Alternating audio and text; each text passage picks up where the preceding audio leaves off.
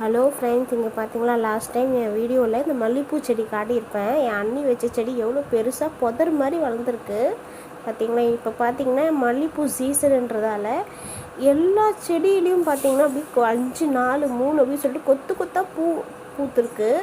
அப்படியே அது பார்க்கும்போதே பறித்து வச்சுக்கலான்னு சொல்லிட்டு அவ்வளோ ஆசையாக இருக்குது. இப்போ ஈவினிங் நான் 4 மணிக்கு இந்த வீடியோ எடுத்துகிட்ருக்கேன். பாருங்க, நான் சுற்றியும் இருக்கிற எல்லா இடத்துலையும் பூ, அப்படி எல்லா லீஃப்லேயும் பூ வந்திருக்கு. அரும்பு அப்படி பார்க்கும்போது அவ்வளோ சூப்பராக இருக்குது.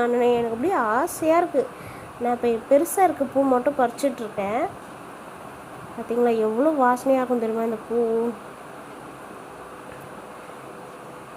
நான் டெய்லி வந்து பார்ப்பேன். ஆனால் இந்த எல்லா பூவும் ஒரே நேரத்தில் பெருசாகாது சொல்லிட்டு எது பெருசாக இருக்குன்னு சொல்லிட்டு அது மட்டும் நான் பறிப்பேன். இப்போ பார்த்தீங்கன்னா நான் என் கையில் கொஞ்சம் பறித்து வச்சுருக்கேன், காட்டுறேன் பாருங்களேன். சூப்பராக இருக்குது. யார் யாருக்கு மல்லிகைப்பூ பிடிக்கும்னு சொல்லுங்கள். இந்த வீடியோ பிடிச்சிருந்தா லைக் பண்ணுங்கள்.